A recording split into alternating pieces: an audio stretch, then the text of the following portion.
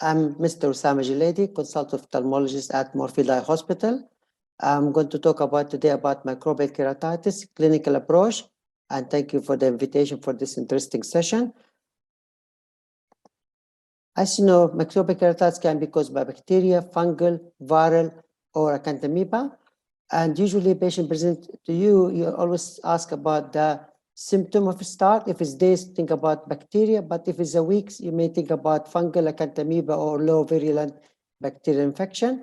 Usually severe pain associated with acanthamoeba, but can be caused by acute bacterial keratitis or Morris ulcer. If there's some discharge, think about bacteria. Always ask the patient about if they had previous episodes of the same problem or cold sores, you may think about herpes simplex keratitis. If patient had a trauma, you would have to consider fungal as a cause for the infection. When you have the patient, it's always nice to draw the picture of the ulcer depth and the size, and also better to take a photo for monitor. Check the corneal sensation because that gives you a clue for herpes simplex keratitis, zoster, or neurotrophic ulcer, and check for the AC, inflammation, hypopin, present of KB, and if there's clear involvement, because that can give you a clue about what treatment to use. You may need to use systemic also, then not only the topical. Epidemiology is very important. All corneal ulcers should be considered as bacteria unless proved otherwise. However, non-bacterial fungal, microbacteria, microsporidium, acanthamoeba, it's emerging and increase, especially among contact lens wearer. The same things with resistant bacteria like MRSA is start to increase. Bacterial keratitis usually presented in the central with epithelium defect associated with the dense white infiltrate surrounding by inflammatory in the cornea, and usually associated with marked AC reaction and hypopin.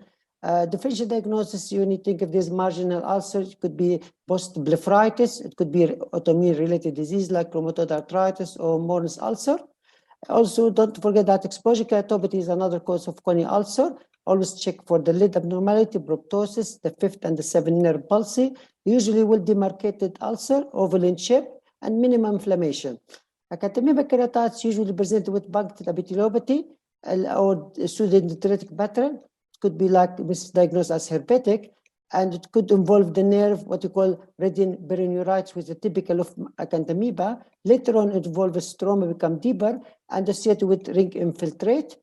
Fungal keratitis, in other way, it could be caused by yeast and filaments. It's usually chronic course, less inflammatory. Always there's predisposing factors, a delicate filament, and they have a feathery edge, and usually it's multiple and satellite lesion associated with it. When you have corneal ulcer, very important to identify the pathogen. Smears and culture, that's the standard to identify, but you could use confocal microscopy, corneal biopsy in specific cases, and BCR really now is very helpful to give you a fast result. I think it will be gold standard for future, and it's very sensitive and specificity.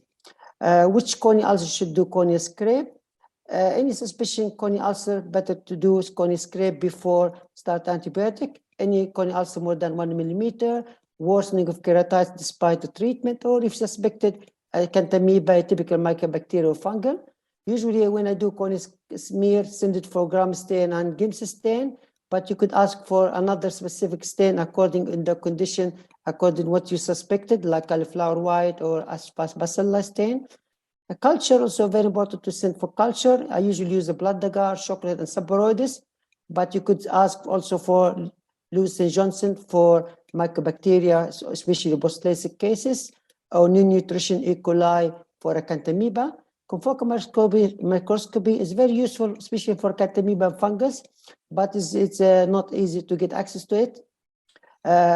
Treatment for bacterial keratitis: treat all suspected corneal ulcer as bacteria unless you had high index of suspicion of something else, and usually choose broad spectrum antibiotic, depends on the clinical severity, epidemiology, and the gram stain and the picture of the ulcer itself. Always try to avoid using steroid at the initial stage. Usually we're using topical medication because it goes straight to the infection site, either using monotherapy or combination. For small ulcer, less than 2 millimeter, periphery, no melting, I think it's standard use monotherapy for generation quinolone, hourly usually.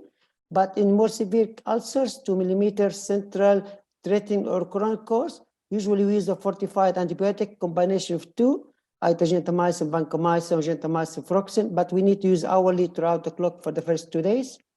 Usually, when you see the patient after 2 days, if it's improving, we carry with the same medication. If it's not, we may add another antibiotic. However, after another 2 days, if not improvement, we have to stop the antibiotic, we start again, but you need to do corneal scrape, and you may ask for specific staining for different things. I may need to consider non-bacterial cause for the ulcers. Fungal keratitis, as you know, antifungal or fungostatic, so it will take long time, usually using combination of therapy, topical, systemic, or subconjunctival or intracorneal. Usually use amphotericin for candida, but using azole or natamycin for hyphae 1. You could use systemic for deep ulcer and the peripheral. Acanthamoeba also take long-term course of treatment, but you have the combination of two, trophozoite and cyst. Very important to use cysticide also for a few months, otherwise you not get rid of the acanthamoeba. Back corneal cross-linking, which uses cross-linking to treat the corneal ulcer, is emerging application for treatment of infective keratitis. It's mainly used nowadays for microbial keratitis, which is resistant to antibiotic of conventional antibiotic treatment, and also with milk. Very rarely you can use as a primary treatment. In summary, infective keratitis, bacteria is the most common cause for keratitis. Corneal scrape for staining and culture is still the main way to identify the organism, should be done. BCR confocal is very useful, new tools. All suspected infective keratitis should be treated as bacteria unless you had high index of suspicion of another form of infection.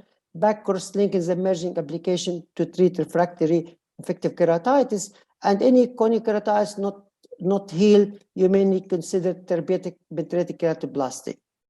And thank you very much.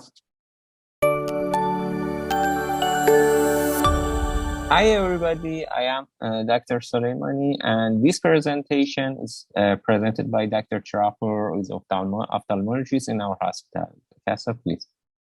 Thank you. Hi everybody, hope you are doing well.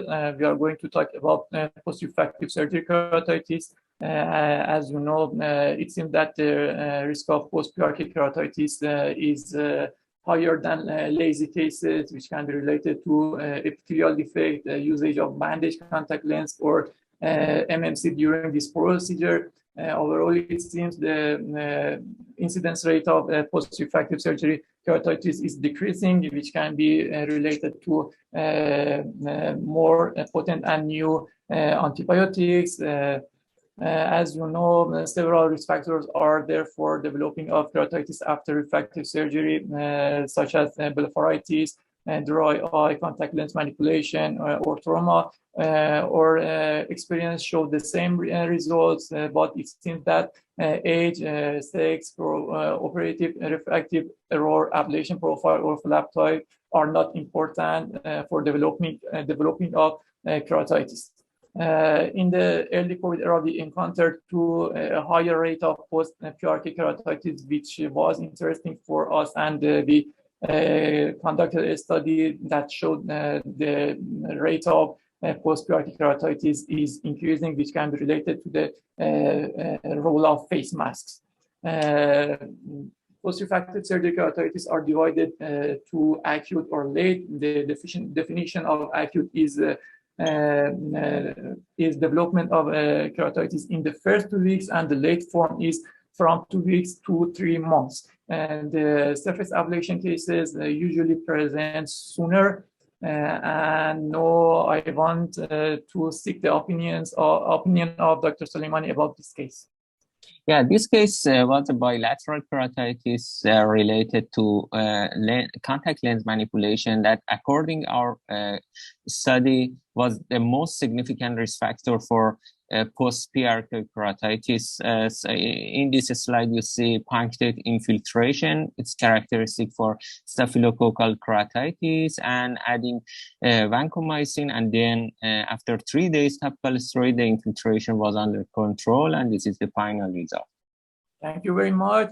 Several differential diagnoses are available for post-refractive surgery keratitis, including steroid infiltration. In this condition, bandage contact lens and topical NSAIDs should be discontinued, and frequency of corticosteroids should be increased. The other conditions are marginal infiltration. As you see, the location of infiltration is mainly peripheral and or CTK or central toxic keratopathy, central opacification of cornea with hyperopic sheath and usually striae, which are suggestive for this diagnosis. Regarding the management in PRK cases, bandage contact lens should be removed and slit drop should be discontinued. And in lazy cases, flap should be elevated and irrigated with performing smear and culture. Dr. Soleimani, what's your idea about using steroids and also the preferable antibiotic regimen?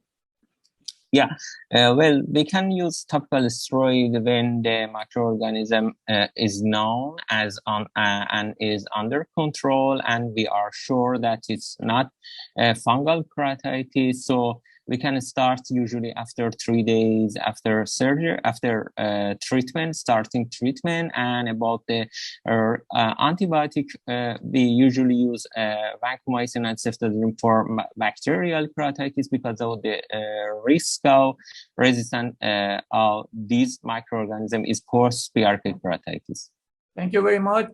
Several cases of post-CXL infection and also post-SMILE infections are available in the literature. The protocol of treatment is the same as said before, but using of povidone and antibiotics for irrigation of interface can be helpful in these cases. Here you can see one of the or cases which develop refractory fungal keratitis after SMILE, and about the rehabilitation. The most of cases need PTK after the treatment. Using of mitomycin is so helpful, and also more aggressive antibiotic prophylaxis is required. As a take-home message, it seems that Staphylococcus species are the most common microorganism. Vancomycin fortified drops are necessary, and in lazy procedure, flap should be elevated and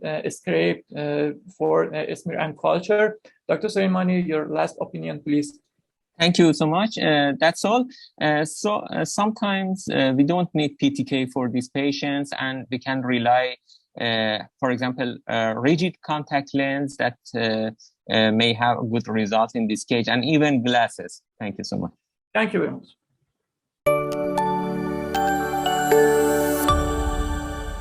Thank you so much for allowing me to give this presentation. I'd like to acknowledge my collaborators, Lawson Ung, Pal Obispo, and Michael Gilmore, and also support of the Zords Family Private Foundation and Research to Prevent Blindness. I have no relevant financial interests to disclose relevant to this presentation. Our premise is that infectious corneal ulceration represents a critical unmet need. There's not quite enough epidemiologic data to really know, but every year at least 2 million persons worldwide will become unilaterally blind from microbial keratitis. And most visual loss from corneal ulceration falls below the level of legal blindness, so we think the number affected is much larger.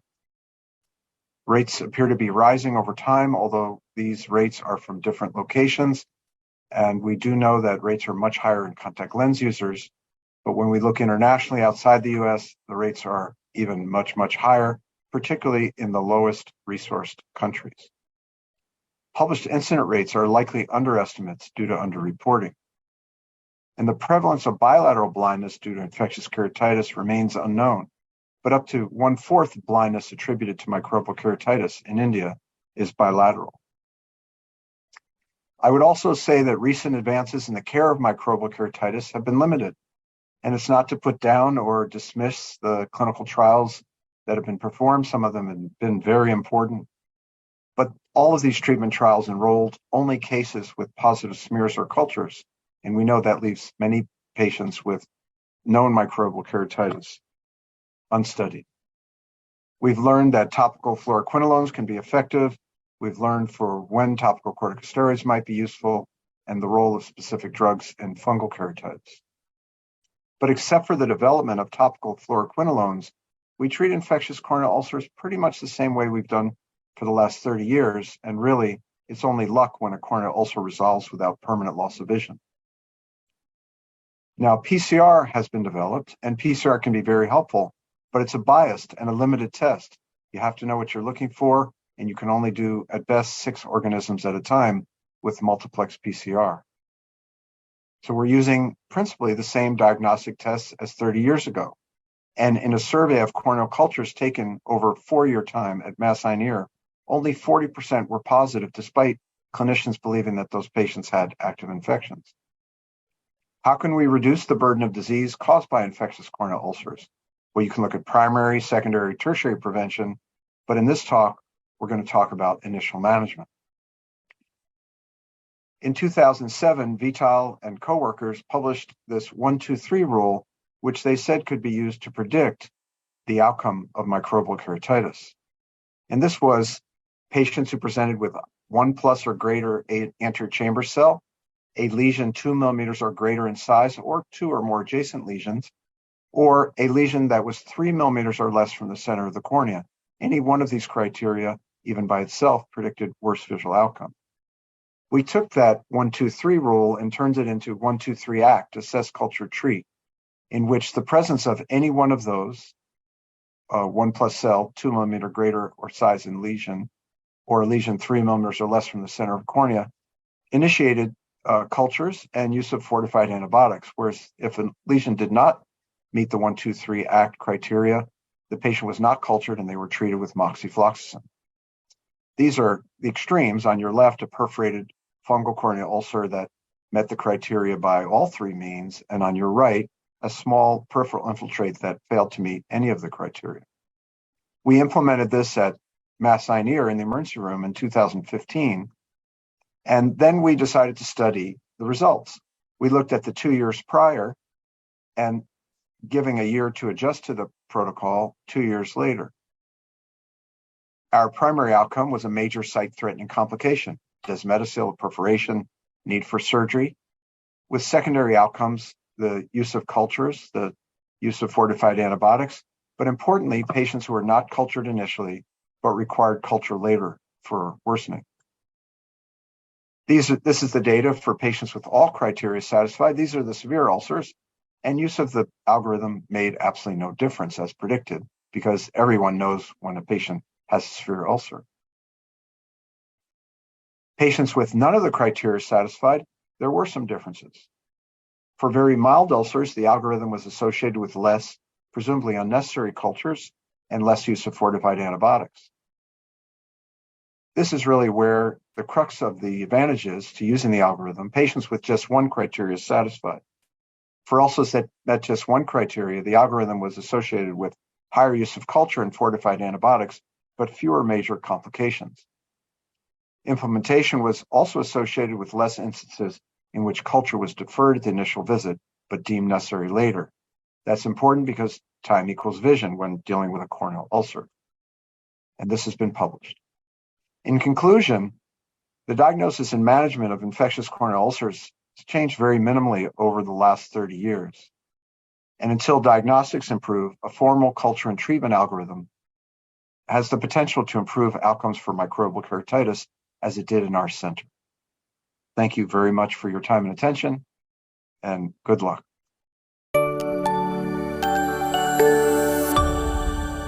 Greetings from LV Prasad Eye Institute. I'm Dr. Prashant Garg, and today I'll be speaking about antibiotic resistance in ophthalmology. I do not have any financial disclosures to make. Antimicrobial resistance is increasingly being reported for common bacterial diseases. It is no more a hospital-acquired phenomena, and what is more worrying is that resistance is seen with multiple classes of antibiotics. World Health Organization has published the results of AMR surveillance studies and found that 5 of the 6 WHO regions have nations reporting 50% or more resistance among hospital-acquired infections. And 3 of 6 WHO regions are reporting nations with 25% or more of resistance, even among community-acquired infections. In this background, the objective of my talk will be to present to you antimicrobial resistance in ocular infections. I'll begin my talk with a landmark study, the bacterial keratitis study, that clearly demonstrated that monotherapy with ofloxacin was as effective as combination with cefazolin and aminoglycosides. In 1999, we compiled the antibiotic resistance data of Pseudomonas isolates from ocular infections and found that there was a progressive increase in level of resistance among this organism against ciprofloxacin. Simultaneously, other investigators also reported progressive increase in resistance among ocular isolates of keratitis, endophthalmitis, and conjunctivitis. When 8-methoxyfluoroquinolones were brought in the market, there was a lot of hope, not only as far as their superior activity against quinolone-resistant isolates is concerned, but also having reduced propensity against developing resistance because of their dual mechanism of action.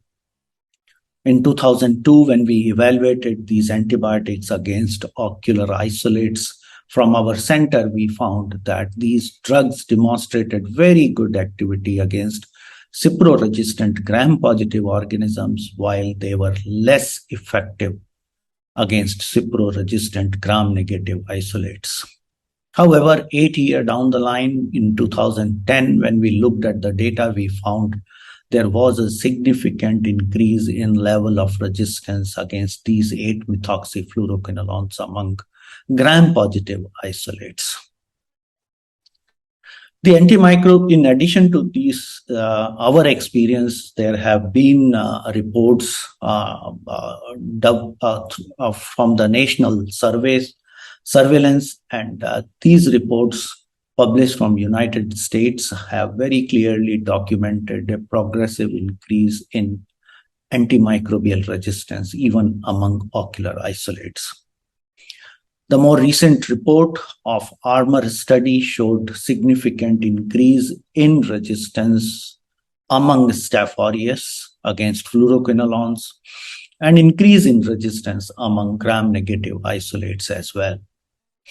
The good news is that there was no increase or a marginal reduction of methicillin resistance among the Staph aureus. Another important finding from this study was that the organisms showing resistance against fluoroquinolones and methicillin resistance were resistant to multiple classes of antibiotics. The prevalence of resistance was much higher among isolates from elderly population. In a large multinational, multicentric trial, the Asia Cornea Society infectious keratitis study again demonstrated wide variability in susceptibility patterns of ocular isolates, clearly demonstrating the practices, the antibiotic use practices in these different countries. But the pooled data of antimicrobial resistance among Pseudomonas clearly demonstrated relatively higher prevalence of resistance to currently used antibiotic, including 8-methoxyfluoroquinolones. You may ask a question, since most of this data has come from in vitro studies, is AMR a problem in vivo? And this is important because in vitro susceptibility tests are based on serum concentration obtained on systemic administration of drug. Whereas for ocular infections, we use drugs directly to the site of infection, thereby achieving much higher concentration, which can lead to eradication of infection despite the organisms having antibiotic resistance. But we have all seen that in the cases where the organism being resistant do not respond to antibiotic treatment, as shown in this patient of 50-year female who didn't respond to early treatment of moxifloxacin and was found to demonstrate in vitro resistance. In addition, the studies published with regard to prophylactic uses of antibiotic after intravitreal injections have clearly demonstrated that with repeated use of antibiotic, the ocular surface as well as nasopharynx get colonized by drug-resistant organisms. To conclude, antimicrobial resistance is a serious problem, not just for systemic infections, but also for ocular infections. And it can also translate into treatment failure clinically. We need a multi-pronged approach to tackle this problem. Thank you very much for your kind attention.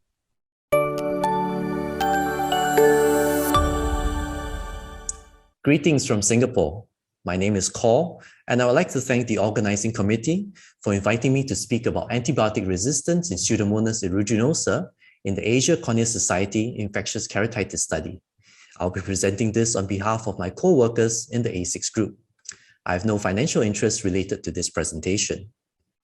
So the Asia Cornea Society established A6 in August 2010, and it was planned as a multi-center prospective observational study of infectious keratitis in each of our A6 centers, and each center conducted the study over 12 months.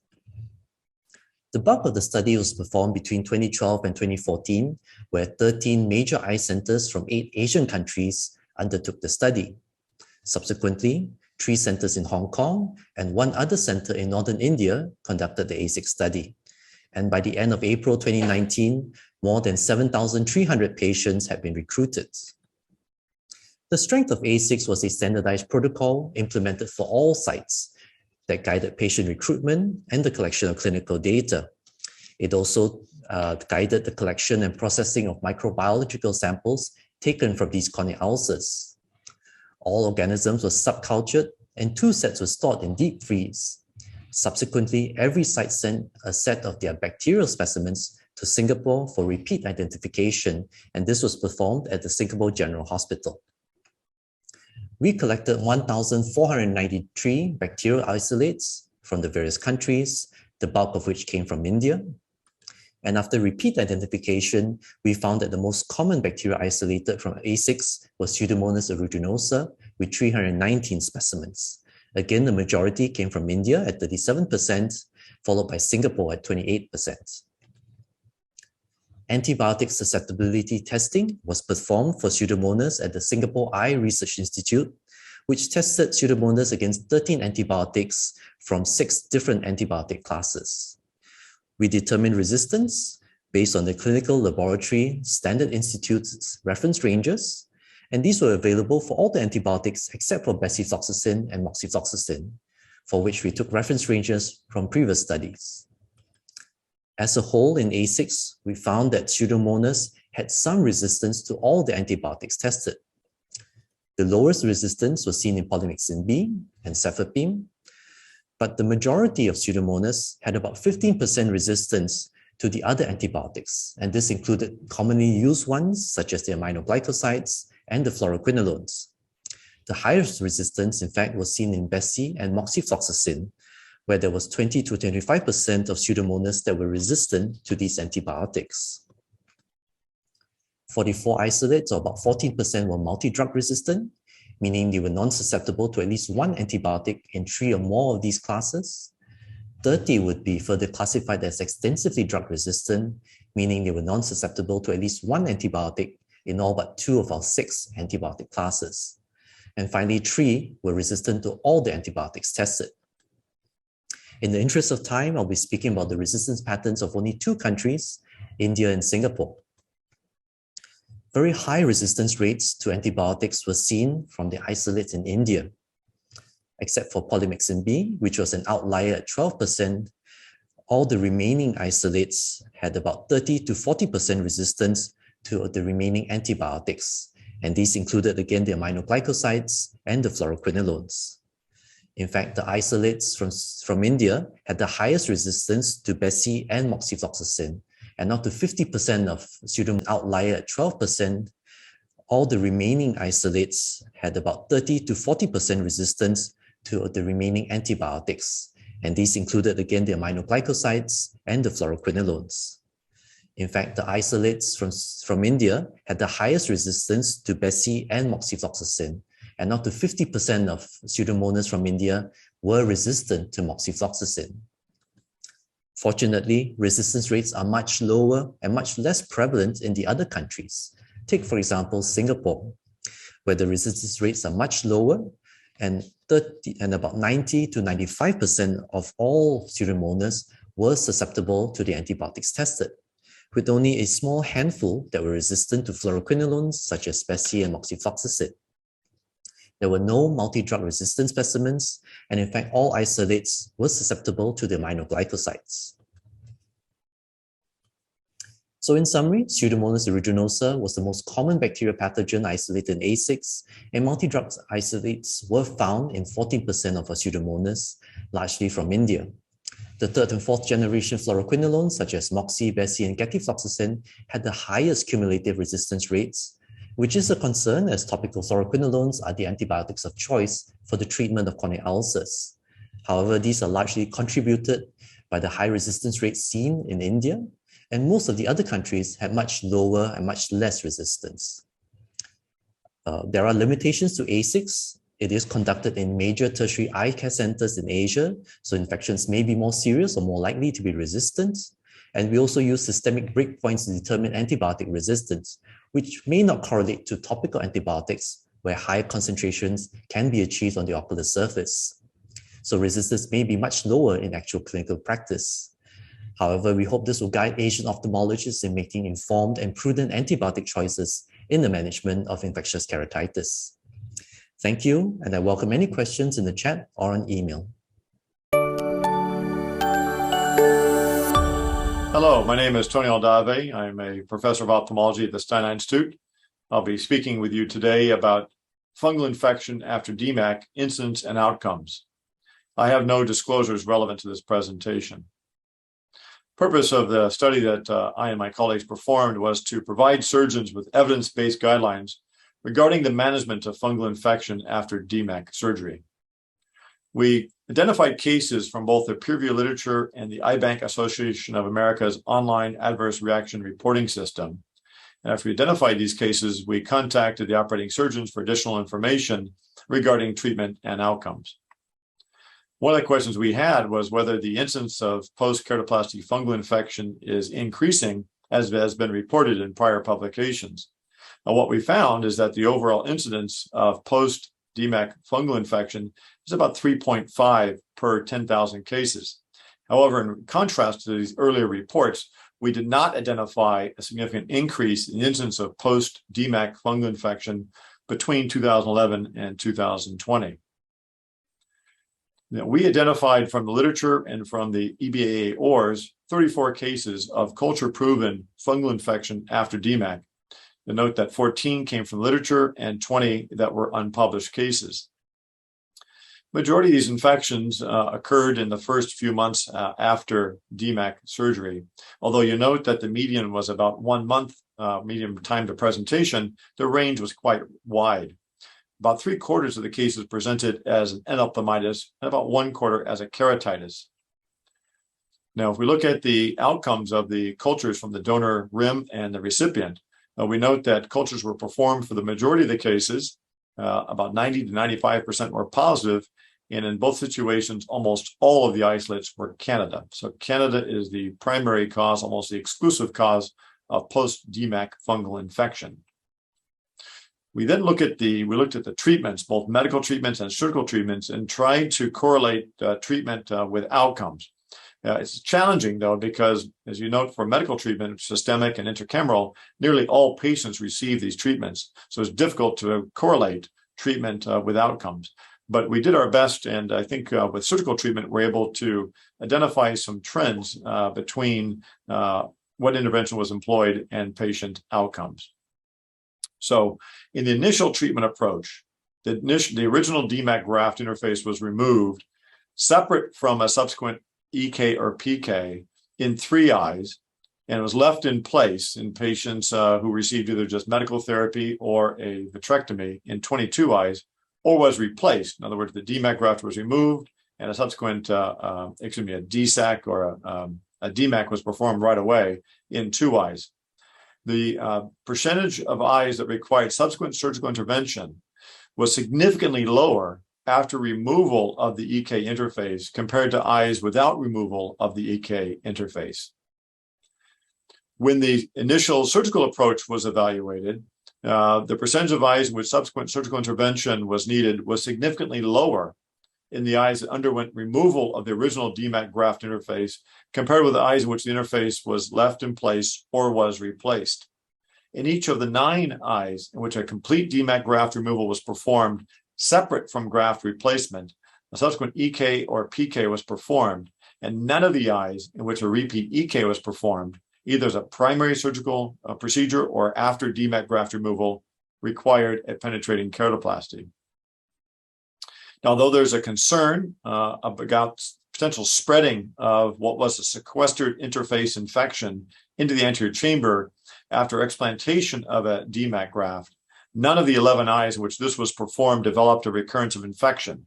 However, infection did recur in 2 of the 10 eyes that underwent PK, although the graft diameter encompassed the affected cornea in each case.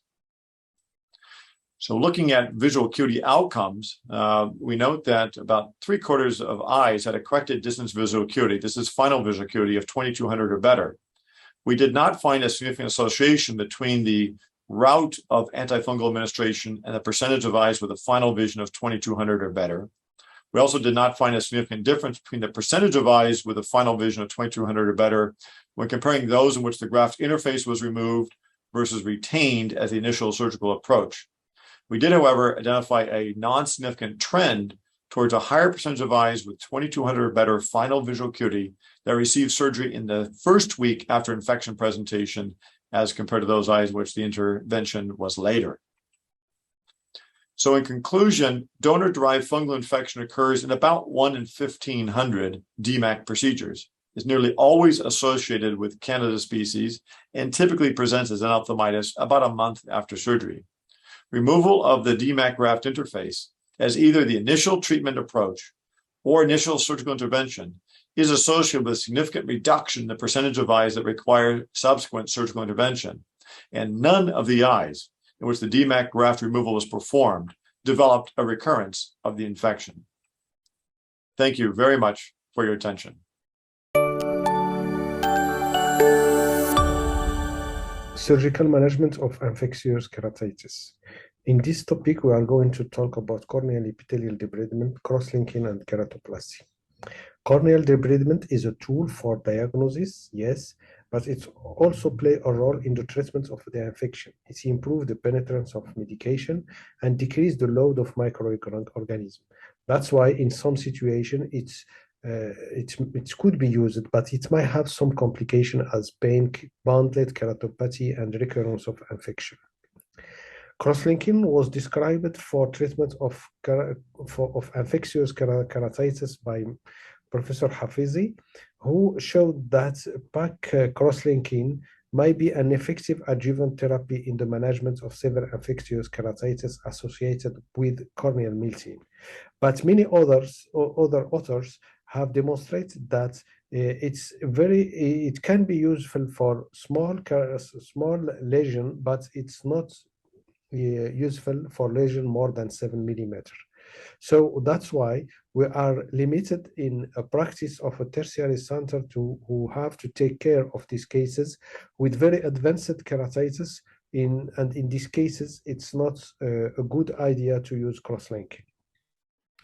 So both debridement and cross-linking can be used as a tool to improve the control of infectious process in infectious keratitis. What about keratoplasty? This is an option.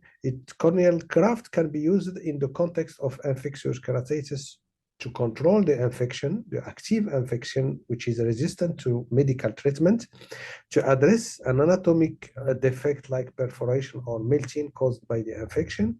And the main objective is to control the infection and to preserve the integrity of the eyeball.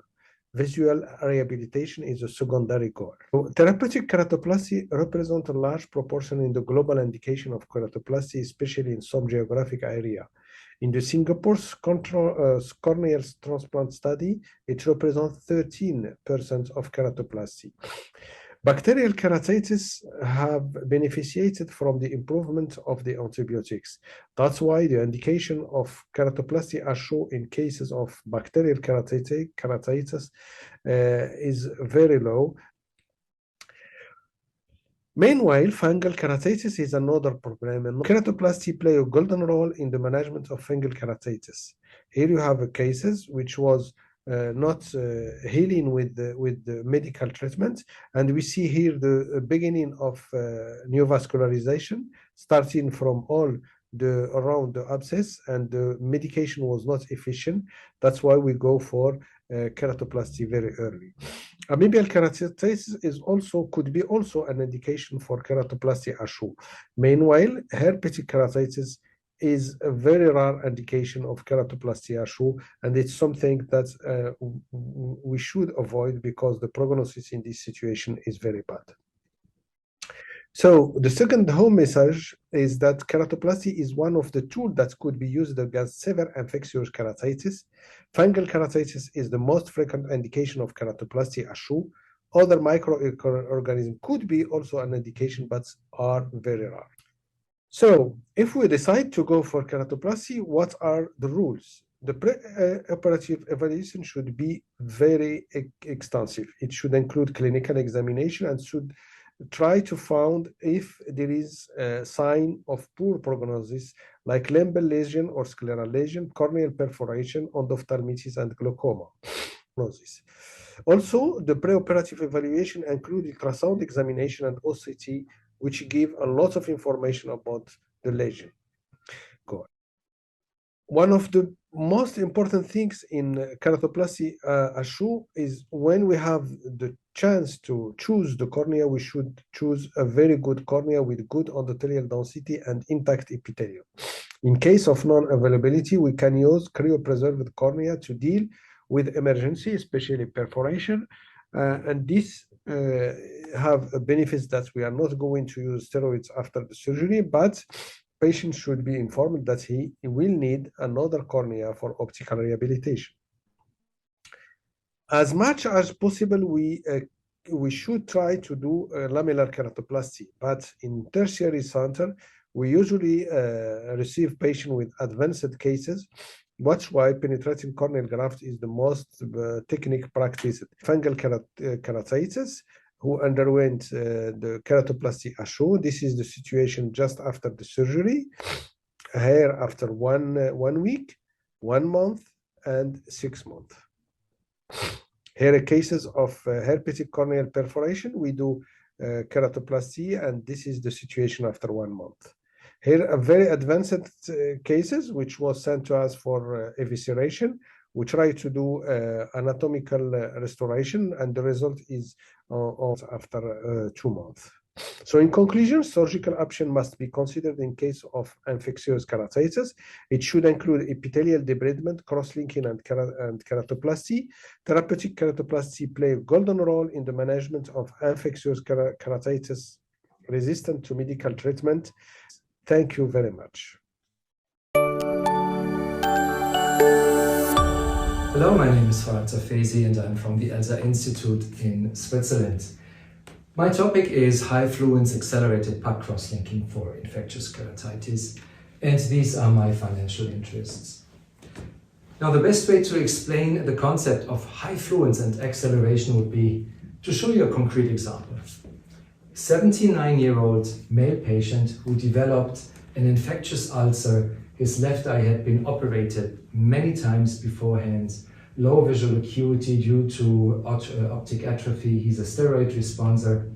And he initially was put under coamoxicillin and Vigamox, third generation quinolones, because of a suspected bacterial ulcer, but he didn't respond well.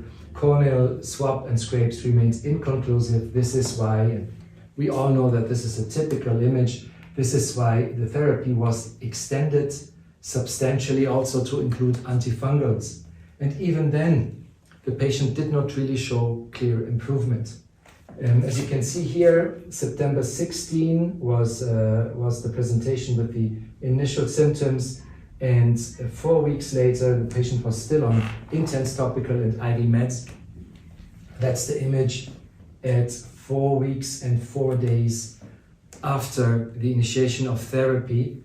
And at this point in time, we decided to perform a high fluence accelerated cross-linking at the slit lamp, as you can see here, using 30 milliwatts for 4 minutes, which adds up to 7.2 joule. And this is how the OCT presented itself 1 day after the first PAC cross-linking. As you can see here, a massive edema, 720 micron over the sensor. But on the other hand, only 1 day after the first PAC cross-linking, the cornea was already much calmer, but then remained unchanged over the following days. And this is why we decided to perform a second 7.2 joule high fluence treatment. And only a few days later, a clear tendency for scarring was observed, and the whole cornea calmed down tremendously. And this is what we then observed: consecutive scarring over the next days and weeks. And as you can see here, substantial reduction of the corneal edema. And here we speak about 6 weeks. That's 6 weeks after the initiation of therapy, and only 3 to 4, and only PAC cross-linking here, only 14 days after the first cross-linking. So taken together, these consecutive treatments led up to a total fluence of 14.4 joule, and these 14.4 joule led to this change. Of course, we maintained the initial medication, but as I said before, this patient had been unresponsive to conventional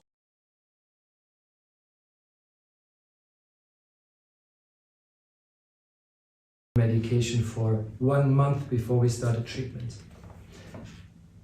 It's so important to stress out the reason why we perform high fluence cross-linking now. And unfortunately, there is still a major confusion in the field, even in publications, between intensity, fluence, and irradiation.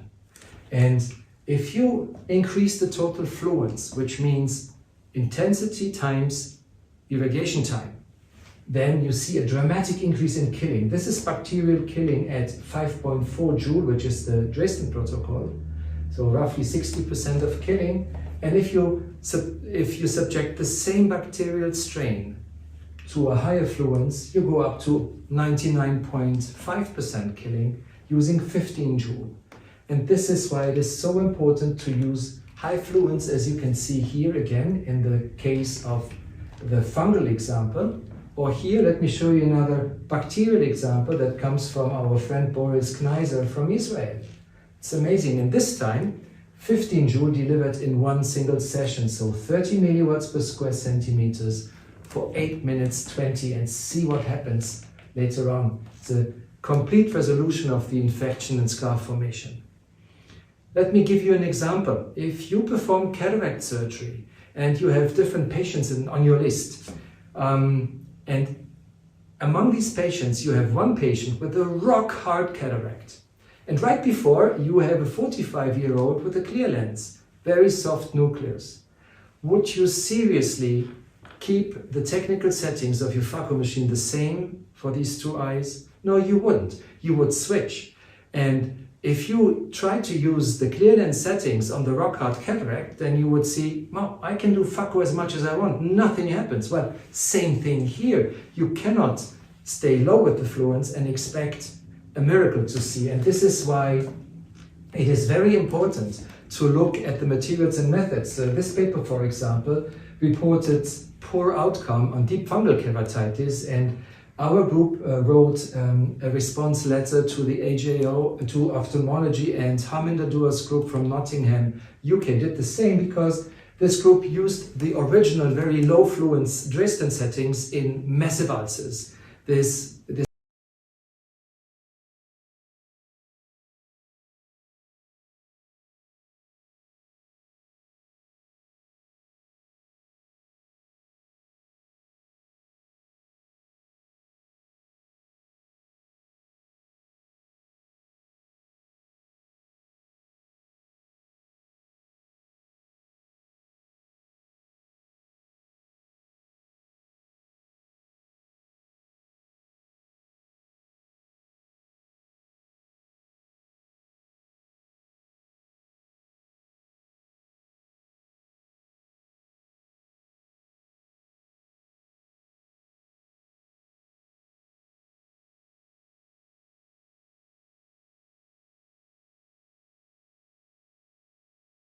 cannot work. So again, high fluence might be a very interesting option, and by performing high fluence cross-linking, you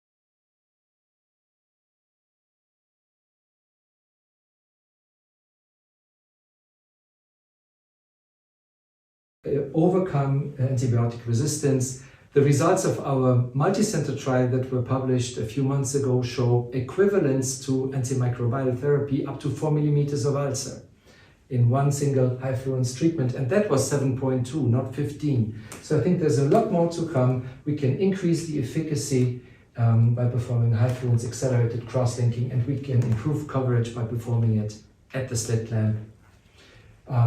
This is our research group, as you can see here.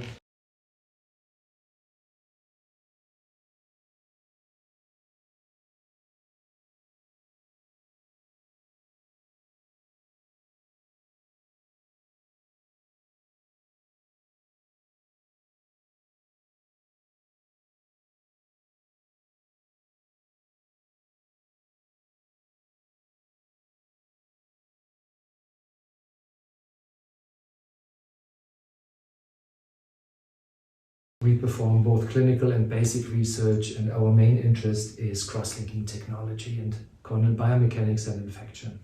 Thank you for your attention.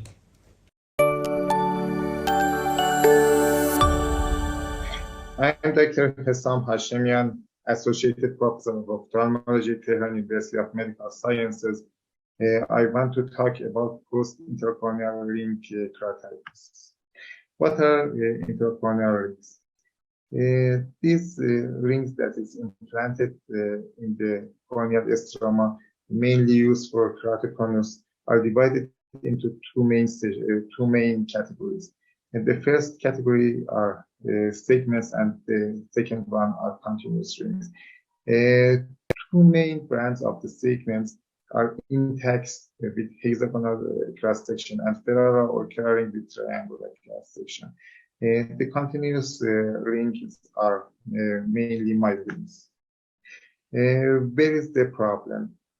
The problem is the interference of the foreign body, which is intracorneal ring here, with corneal stroma and the bone. That may cause keratitis in some patients. What's the specifications of the keratitis in corneal rings? The incidence is about 1.4 to 6.8%.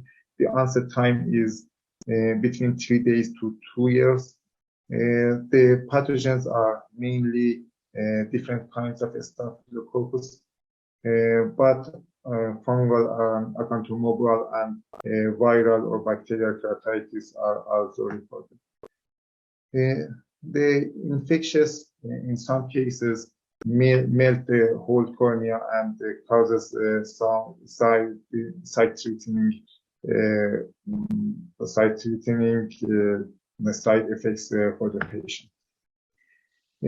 One important differential diagnosis is lipid deposits on the external side of the intercorneal rings. This deposit do not interfere with the visual function, but sometimes the appearance is somehow similar to the infectious keratitis. But some alarm signs can differentiate between these two. Photophobia, redness, tearing, and decreased vision is more prevalent and alarm sign for keratitis. What are the risk factors that are proven for keratitis in intercorneal rings? Contact lenses, history of trauma, systemic disease like diabetes mellitus, ocular surface problems like the dry eye or MGD, superficial implantation of the ring, loose suture, wound gap, and mechanical implantation compared to femtosecond implantation, and the use of steroid after the surgery are risk factors for keratitis after intracorneal ring. Why the keratitis is sometimes later than different kinds than other kinds of keratitis. The first reason is that the maneuvers to implant the ring will cause some pseudocysts because of the stretching the wound, and the pseudocyst is the place that inhabit pathogens. The other cause is the tips of the segments are sometimes close to the incision, and we will have direct communication with ocular surface. And superficial implantation is another cause of late onset keratitis. How we treat the problem? We use fortified antibiotics, antifungal. Sometimes we need to remove the ring. In most cases, we remove the ring. We irrigate the channel with antibiotics, and in some cases, we need to do therapeutic keratoplasty. In this manuscript, our colleagues reported intracorneal ring segment keratitis cases in Microbial Hospital.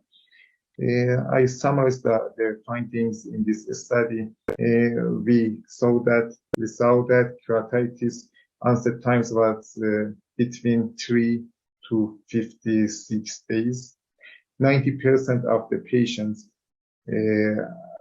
had keratitis in the first course, in the first 2 weeks after the surgery. The 2-year incidence of the keratitis was 2.7%.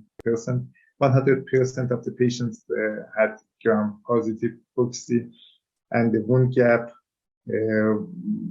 was evident in 10 out of the 11 patients.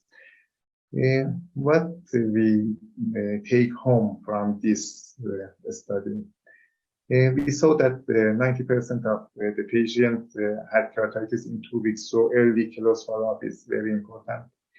Main pathogen was gram-positive proxy, so ocular surface should be addressed before surgery. The right eye MGD should be addressed, and the other thing is intraoperative status, position, and wound gap is very important. Thank you for your attention. Hope to see you soon.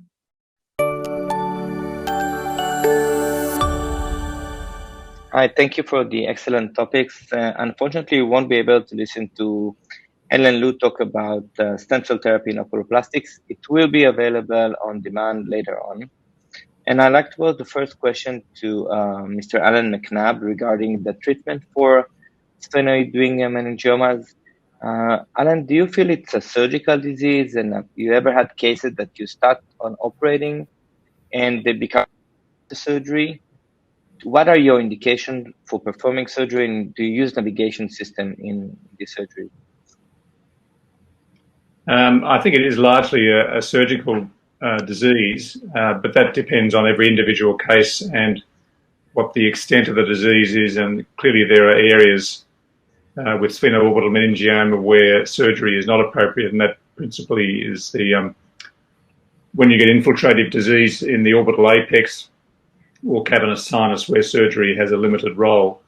But my experience, I'm sure, mirrors everyone else's with this disease, and that is